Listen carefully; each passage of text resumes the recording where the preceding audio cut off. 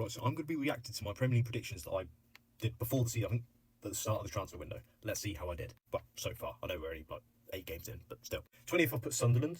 They're actually 7th. I said that Chris Rigg would have a breakout year, but that was before they went out and bought half the world, you know. They bought Xhaka. I never would have thought they bought Xhaka. So, fair play to them. They ain't finishing bottom. 19th, I've said Burnley, and Parker would get sacked. They're 17th. It still could happen. I don't think they're going to sack Parker, though, because, you know, I don't really rate him as a manager, but he is a Burnley manager, so, you know. 18th, I said Leeds with a narrow relegation. You know, they just miss out. I mean, they could stay up. I think they could stay up. I think teams have performed worse than them. That's to come. 17th, I've gone with Wolves. They're bottom. 20th. They have really struggled without Ait Nouri and Cunha. And they've given their manager a new deal. I mean, when you're seeing Forest sack managers left, right and centre, how is he still in a job? 16th, I've gone with Brentford, but they're actually 13th. I mentioned this because of their inexperienced manager, Keith Andrews. He was their set-piece coach. You know, I thought he was going to struggle. I thought he'd be even worse, but he's actually been all right. 15th, I've gone with West Ham. They're actually 19th, and I said that Potter would get sacked. He did. Nuno's come in. Not been much better, but, you know, given time, I do rate Nuno. 14th, I've gone with Crystal Palace. They're actually 8th. I said that they'd be in the Europa League, but this was before Nottingham Forest become the twats of the Premier League. 13th, I've gone with Fulham. They're 15th.